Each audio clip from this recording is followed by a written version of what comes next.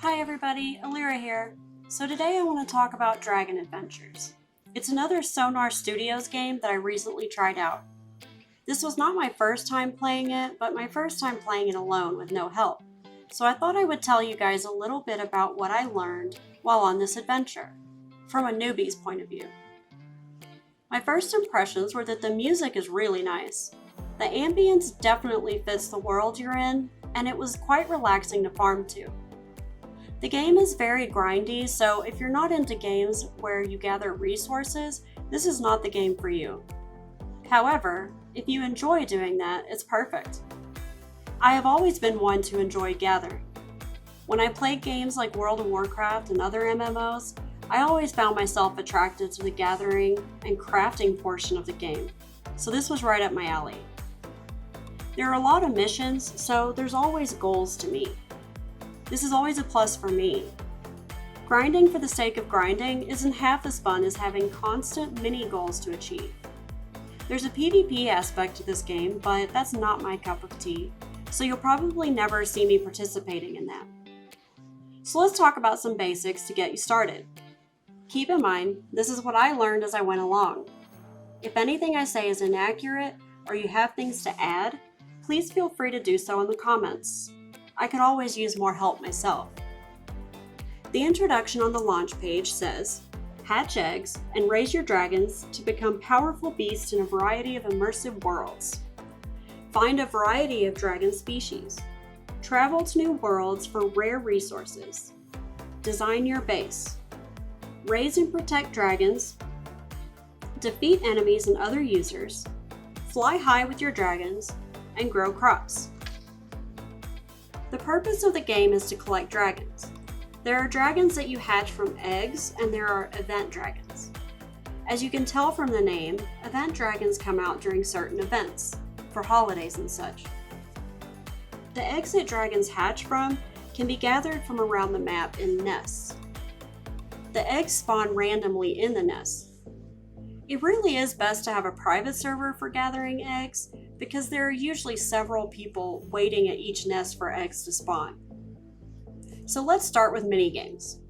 First, there are the time trials. You fly through circles and are timed. I've completed it every time, and so far I've gotten 700 coins every time, and sometimes I get an egg from the world I'm in, which is a huge help since farming for eggs can be a real pain. Next, there is a wheel that you can spin every 24 hours for a prize. There are common prizes all the way up to legendary prizes. That's all I know for minigames. Next, there is gathering. From what I have seen, each zone has its own color of crystals and trees, but the concept is the same. Trees or plants give food for your dragons. Purple and green crystals give you materials and resources, and the red crystals that are suspended between two poles give you healing items. I've only gotten through to the tundra, so I can't speak past that. There's also fishing in the game. I found that quite complicated to figure out, and there weren't a lot of videos on it, so I'll make a video on that later. Also, there's a home base where you can plant trees, build and decorate, and incubate eggs. The eggs will incubate for a set amount of time and then hatch. There is a rarity scale for the species that hatch from eggs. They have a certain percentage chance for each species to come from those eggs. The better species have a lower chance, obviously. Lastly, there's a hub where you can go for sales and trades of goods and dragons. It was pretty neat actually.